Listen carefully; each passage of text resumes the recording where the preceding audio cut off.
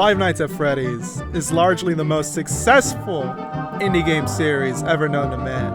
With a grossing of over $1 billion, after the success of multiple games and a movie, oh yeah, Scott's got that Scrooge McDuck money. Despite this, Freddy had a rough transition to 3D in Security Breach. The gameplay in Security Breach is the total opposite of the original 6, with most of the horror being toned down for the kiddos. My body is ready. The game objectives being mostly fetch quests, and the story being pretty vague and open for interpretation. You could say the latter is normal for FNAF, and I get it. Half the fun is watching YouTubers try to figure out the mystery, but still, this is a $40 game, dog. And it sold 1.4 million copies? That's $56 million before taxes. Absolute insanity, my man. Now, I know what you're thinking. This isn't a Security Breach, it's a bad game video. I just wanted to lay the groundwork for the super awesome, totally epic XT video game we're going to talk about in a couple seconds. The game in question is Five Nights at Freddy's, or Frenny's. I don't know how to say her name, but she's the best girl, and that's all you need to know. Yeah. Five Nights at Freddy's is a first-person horror puzzle simulator where you play as a skinny Mexican with a jerk-off addiction, being fired from his job for yanking it too much. He works at a nightclub, and it's here where he has to work night shifts and defend himself from the animatronic girls, who will perform before marital intercourse, causing the purple guy to sodomize our hero. I know that's a lot to take in, but trust me, the game is good. It even got me into slide puzzles. The story is interesting and entertaining. The gameplay loop, while grindy, is pretty fun, although it could use more polish. The girls, though, they're the main reason to play the game. Security Breach isn't about the gameplay, you know. It's about the characters. Freddy, Chica, the alligator dude, and Roxy, yeah! But FNAF is different. The characters aid the gameplay and turn a funny meme game into a pretty fun excursion. So how much did it take to make this Unity acid flip, you might be asking? This is where things get really fun. If you know about Patreon and adult H games on there, then you probably have an idea of what's to come. At the time of making this, FNAF, that's what I'm calling it from now on, has 4,660 paid Patreon members, which at the $5 minimum price that it's giving it out for, is quite a bit of cash. Now, I've been following FNAF for quite a bit since I'm a fan. Big fan, I'd say. And if I'm remembering correctly, they've been at a solid 3,000 followers since update 0.14, which was around 2022 in November. But just to be sure, I'm going to be starting with the very earliest I can find it on Graphtreon. If you don't know what Graphtreon is, Graphtreon essentially shows the financial history of Patreon members. When they launch their Patreon, how many Patreons have they had, and an estimated amount of their earnings per month. The earliest date Graphtreon shows us is November 17th, 2022, with a total of 2,449 members on Patreon. Now, because there's no way to see just how much money they could have acquired back then, I'm gonna have to use advanced statistics, where I do some advanced arithmetic to calculate just how much money they've acquired since then. From just the minimum of the $5 donation membership that month of November, 2,449 memberships, Fatal Fire would have accumulated a total of $12,245. And those memberships only rose as the months went on. December 30th had 3,678 members. January 30th had 4,310 members. And that number just steadily rose. So from the starting point of November 30th all the way to today, which is May 23rd, 2024, which is the time of making this video, Fatal Fire at minimum, at a total amount, would have had 85,223 Patreons. Now we multiply that by the minimum amount it would have cost to buy a Patreon membership, which is $5. And we get a total gross revenue of $426,115 within that year and a half. The amount of money they would have made in a year would have been $269,795 with 53,959 Patreons. This is assuming the bare minimum is being spent, which is $5. However, the most popular tier is $15, which is hentai lore. So quickly, theorize what makes a Patreon membership the most popular. Think about it.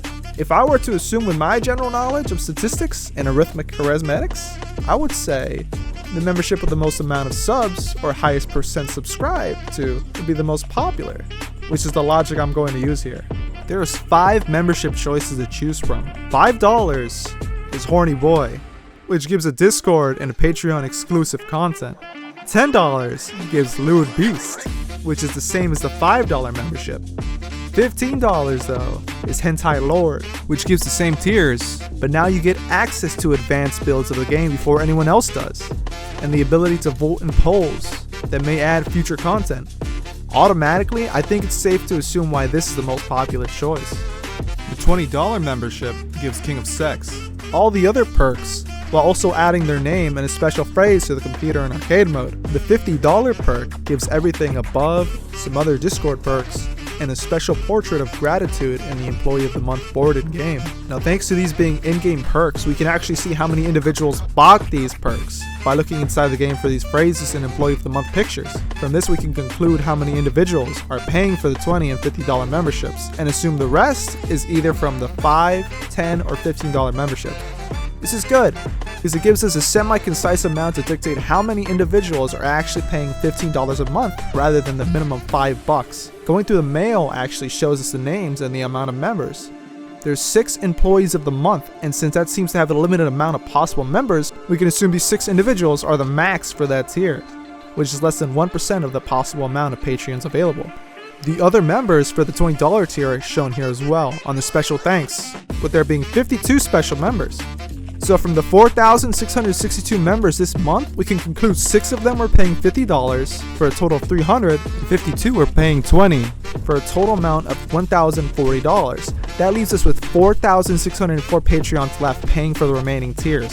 Because there's no possible way to conclude on whether or not someone is paying for a specific tier, we have to divide that remainder by 33%, and the most popular by 34. That way it adds up to 100 and whatnot. And we assume based on those percentages that that's the money being paid for this specific membership. So going through all the numbers, starting from lowest to highest amount paid, the $5 membership at 33% would have been an estimated value of $7,595. The $10 membership would have been an estimated value of $15,190. The $15 membership would have been 34% since it's the most popular, and that would bring our estimated value to $23,475.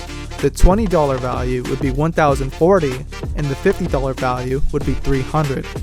Now, Patreon does in fact have a 5% tax on all memberships donated. So the before tax total amount would have been $47,602, and the after tax amount would have been $45,223. Keep in mind, these dudes are making this monthly, which for 2 dudes who commission models from 5 other dudes is pretty crazy amount to make. So on a yearly average, Fatal Fire Studios run by 2 dudes make $45,223 a month and $542,676,000 a year. By the way, I'm not a math major, so a lot of my information was freeballed.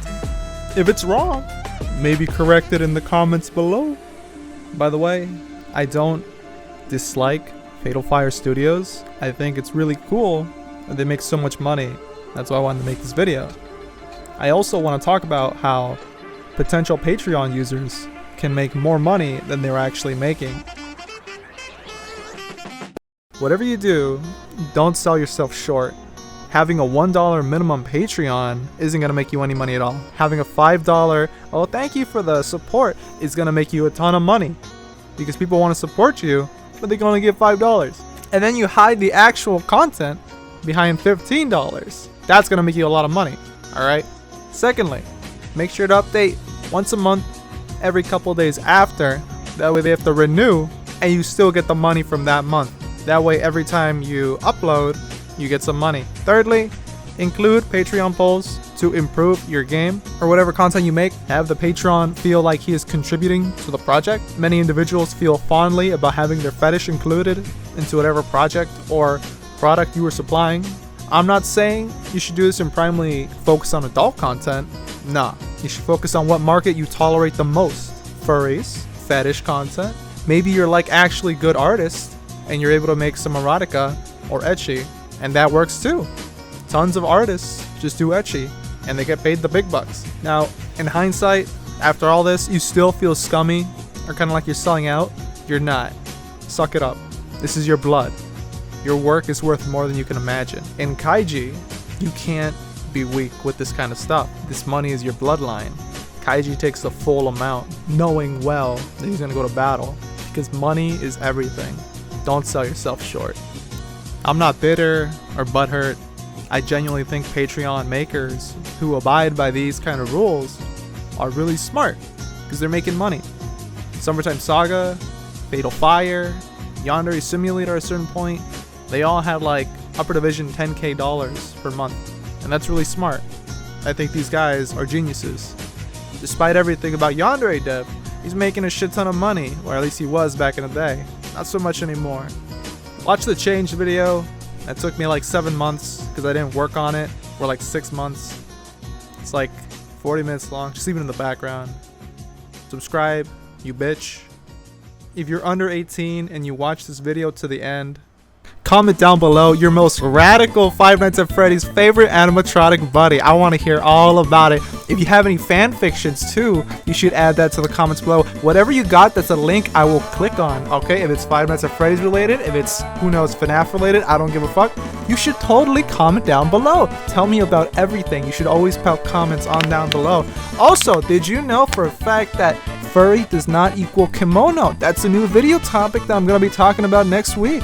It's pretty exciting to know that you may not be a furry. That is pretty interesting to know. You can like FNAF and not be a furry. Now that's really cool. You won't even be the decibel point of your friends. You won't be a laughing stock anymore. Don't you get it? Listen, this is really valuable information. I'm about to contend upon your brain, but it's not available right now because I haven't thought of it yet. You're gonna have to wait a week, maybe a month, maybe another year. Who knows? But all you need to know, you should subscribe for more.